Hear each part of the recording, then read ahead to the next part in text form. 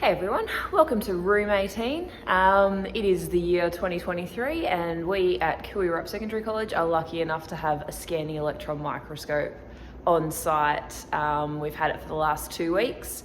And I just wanted to make a quick video to show us and our future students how the scanning electron microscope actually works and what kind of fun we've had with it over the last couple of weeks. Alright, so setting up the microscope so that we can view a sample is really pretty straightforward, and it's not a process that I understood until we actually had one at school to play around with.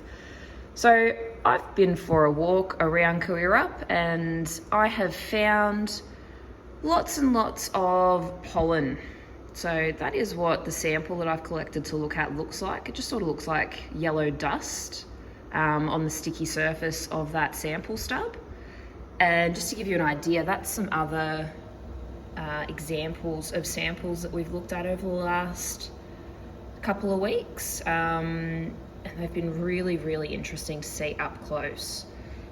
But just walking us through how I set up the microscope to view my sample of pollen, we've right now taken all of the we've let all the air back into the microscope, and so we're just going to very carefully open the sample drawer.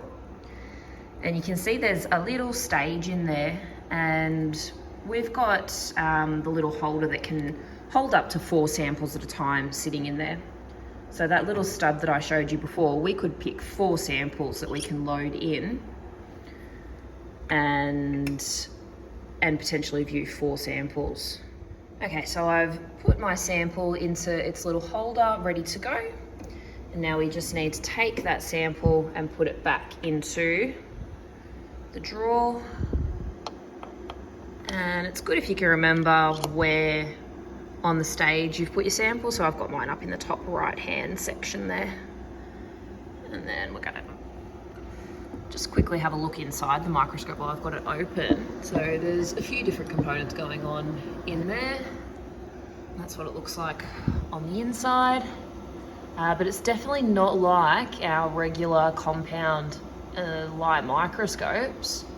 There is no light shining on this sample to illuminate it. And we'll just put our little sample away. And then the last thing to do is press the vacuum button and the little generator kicks in, the pump, and starts pulling all of the air out of that chamber to create a vacuum environment.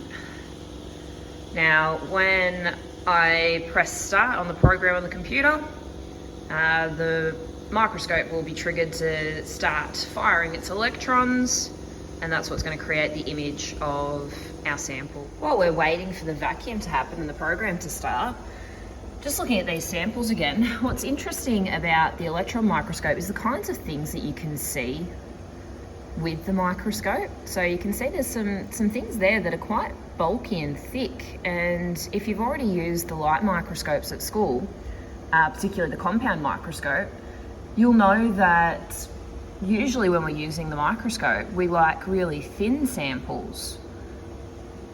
And so just to show you what we mean, right here we've got a compound microscope set up, and the sample that we can see under this microscope, where the sample is really thin, that's where the light's being allowed through and we can really view those structures really nicely. But where the sample is too thick, the light is blocked and you just really see maybe a blurry outline, but an outline of the structure that you're looking at. So when you've been using the compound microscopes, we like really thin samples. Whereas with our dissecting microscope, the light is shining down on the specimen. And so looking at some thicker samples is actually really good. So that's where we can view things like whole insects. And we might be able to see through the eyepiece. There we go, so we can see that insect pretty nicely, but we're just seeing the surface. We're not able to see inside because it is a very thick sample. Out of the 2 microscopes, the scanning electron microscope probably works more like the dissecting microscope. where we can just see the outside of these samples that we're collecting. We won't be able to see the internal structures like a compound microscope. So over here we've had a wonder table set up with lots of samples that students can choose from and see if it's something that they're interested in seeing up close. I'll show you some examples of the photos they've collected during the SEM's time here. And it looks like our program is ready to go and our microscope is ready to start imaging. So when it first shows up, the image is really blurry. That's because it's doing a really fast scan of that sample and not giving us a really detailed image yet. So we use this to zoom all the way out and find the sample that we're looking for. And I know there's going to be lots of pollen on this piece of sticky tape, so I'm pretty okay to just stop wherever I want. I'll run the auto brightness and auto focus just to show me what is visible on the tape at times 40 magnification, and run a slow scan. That's incredible. I can see a whole lot of pollen going on this sticky piece of tape. So what I want to do now is just pick a spot on this tape that looks interesting, that looks like it's got some different kinds of shapes going on, and I'll zoom in on that area. So I think I might choose probably over here. Looks like it might have some different sizes going on. So I'll remember that spot, go back to fast, double click there, and that will take that to the middle of the focus. And I'm going to zoom it in. I might go to maybe times 200 and see what that's looking like.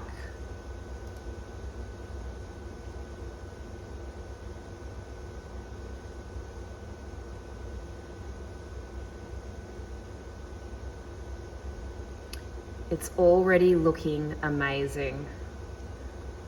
Now I want to take a photo of this, so I'm going to go quick save.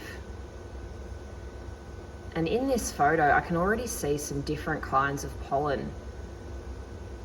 And I think from what I've looked up, and our pollen expert, Mr. Verby, has helped me identify, I think some of these triangular shaped ones could be our eucalyptus. These ones that have that sort of diamond pattern in their surface, I believe, are acacia. And then these ones here, the little spiky ones, might be daisy. So I'm going to have a play around and see if I can find some really cool photos of our pollen. But that is our scanning electron microscope. So we have been really lucky to have this microscope at our school for 2 weeks. Big thank you to GTAC who have organised the program to bring this out for our classes. We've had classes from Year 12 biology to some really invested Year 7 students doing a small workshop with the microscope. We've had a forensics class looking at different kinds of fibres and pollen and some even some burnt gunpowder residue, just that carbon powder. And we've had a mind-blowing Year 12 physics class trying to explain the physics behind how this microscope works. So we really have used this to its maximum ability in its 2 weeks here. I hope you guys have had fun, and I hope our future students can see now and appreciate a little bit better how a scanning electron microscope can work in the classroom.